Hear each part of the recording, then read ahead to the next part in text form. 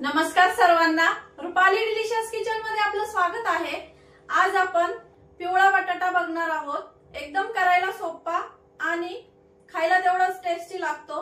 करायला सोपा आहे पण खायला एकदम छान लागतो। तुम्ही पिवळा बटाटा चपाती सोबत खाऊ शकता किंवा नुसता वरण भात केला त्यासोबत तोंडी लावणीसाठी। आणि हा बटाटा तुम्ही मुलांना शाळेत डब्यालाही देऊ शकता। तर मग चला साहित्य बघूया आणि रेसिपीला सुरुवात करूया। तर इथं आपण साहित्य घेतलंय। बटाटा म्हटलं तर बटाटा घेतलाय, इथं उकडलेला बटाटा घेतलाय।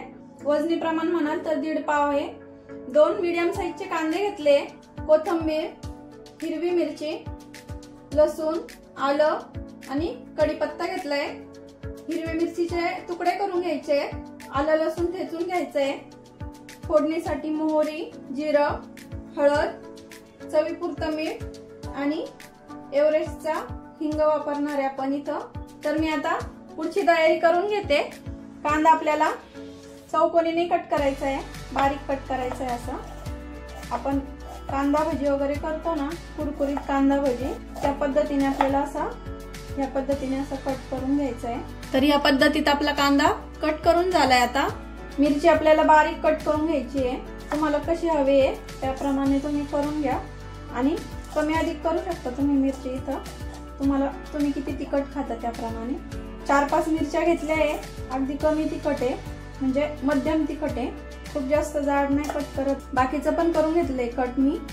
आलं लसूण ठेचून घेतलंय, कोथिंबीर कट करून घेतली आहे। तर बटाटे इथं सोलून घेतले, हे हातानेच आपल्याला असे कुस करून घ्यायचे।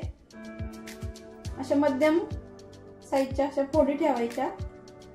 तुम्हाला सुरीने कट करायचं असेल तर तसं पण करू शकता तुम्ही।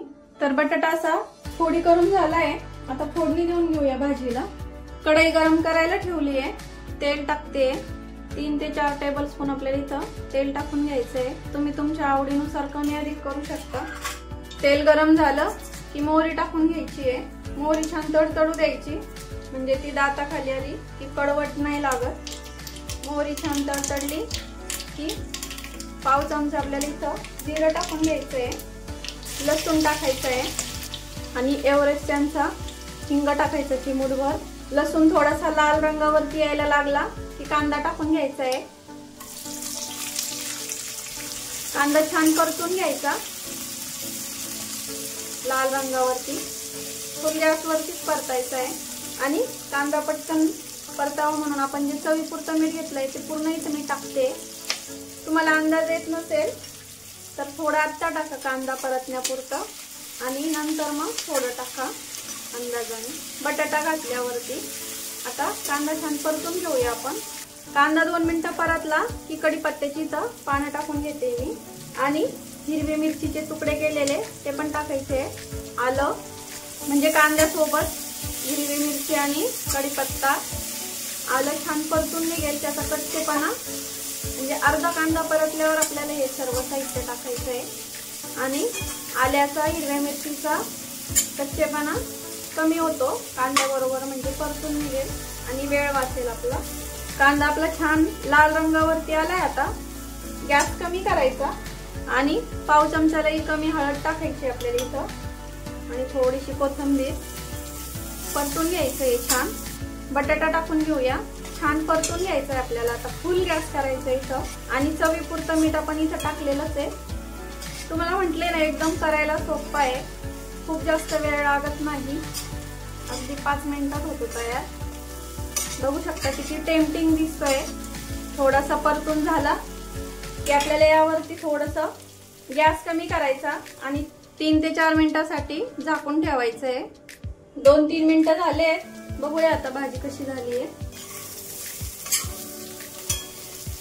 बघू शकता एकदम अशी मस्त छान झाली, खूप अशी सुक्की पण नाही झाली आहे आणि खूप ओली नाही झाली आहे। सर्वात शेवटी अशी भरपूर अशी कोथिंबीर टाकून घ्यायची आहे। बटाट्याच्या भाजीला थोडी कोथिंबीर जास्त टाकायची, त्यामुळे छान स्वाद येतो बटाट्याच्या भाजीला पिवळ्या। भाजी आपली रेडी इथं खाण्यासाठी। तुम्ही जर नैवेद्याला करणार असाल तर फक्त याच्यात कांदा आणि लसूण स्किप करायचं, बाकी सेम प्रोसेस करायची। बिना कांदा आणि लसणाची पण छान होते ही भाजी। सर्व करून घेऊया आणि गॅस बंद करते मी इथं। तर बघू शकता मस्त अशी सुटसुटीत झालीये। तुम्ही मिरची, लसूण आणि आल्याचा ठेचा पण करून टाकू शकता, तशी पण छान होते। तर असा साध्या सोप्या पद्धतीचा पिवळा बटाटा तुम्हाला कसा वाटला? पिवळा बटाट्याच्या भाजीची रेसिपी तुम्हाला कशी वाटली कमेंट मध्ये नक्की सांगा। आणि रेसिपी आवडली असेल तर लाईक, शेअर, सबस्क्राईब करायला विसरू नका। रेसिपी नक्की ट्राय करा, कारण घरचं जेवण हे खरंच स्वादिष्ट असतं। अशाच नवीन छान छान रेसिपी सोबत पुन्हा भेटूया। तोपर्यंत बाय बाय।